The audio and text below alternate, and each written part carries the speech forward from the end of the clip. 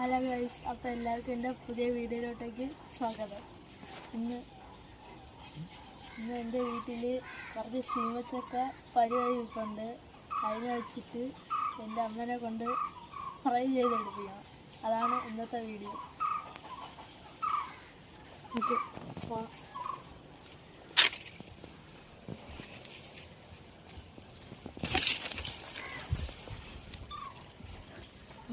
ഈ നിൽക്കുന്നതാണ് ശീമച്ചക്ക.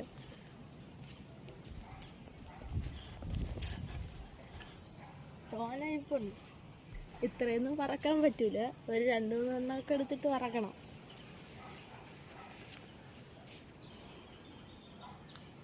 അപ്പം ഇനി തോട്ടെടുത്ത് പറിക്കാം.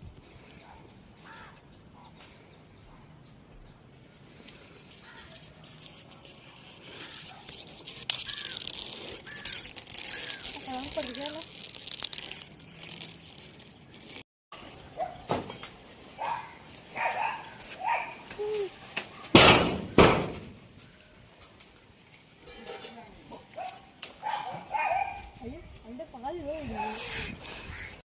അപ്പോൾ ഇതാണ് നമ്മളടുത്ത 4 ഗുണ്ടുമണി ഇരിക്കുന്ന ചക്കകൾ.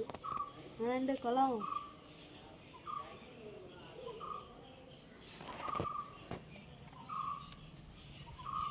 ഗൈസ്, നമ്മളെ ശീമക്കുട്ടൻ്റെ തൊലിയെല്ലാം കളഞ്ഞു ഗൈസ്. ഇപ്പോൾ കാണാൻ ഒരു ലുക്കും ഇല്ല.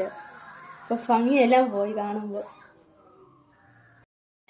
അപ്പോൾ ഗൈസ്, നമ്മളെ ചക്കക്കുട്ടനെ അരിഞ്ഞ് പീസാക്കി എണ്ണയിലിടാൻ പാകത്തിനാക്കി വെച്ചിരിക്കുകയാണ്.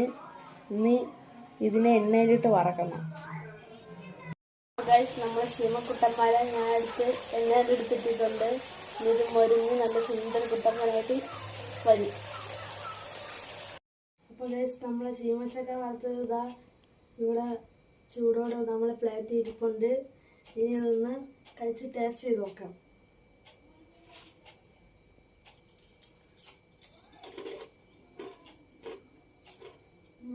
നല്ല ടേസ്റ്റ് ഉണ്ട് ഗൈസ്. നല്ലോണം മൊഴിഞ്ഞാണ് ഇരിക്കുന്നത്. അപ്പോൾ ഇനി അടുത്ത വീഡിയോ കാണാം.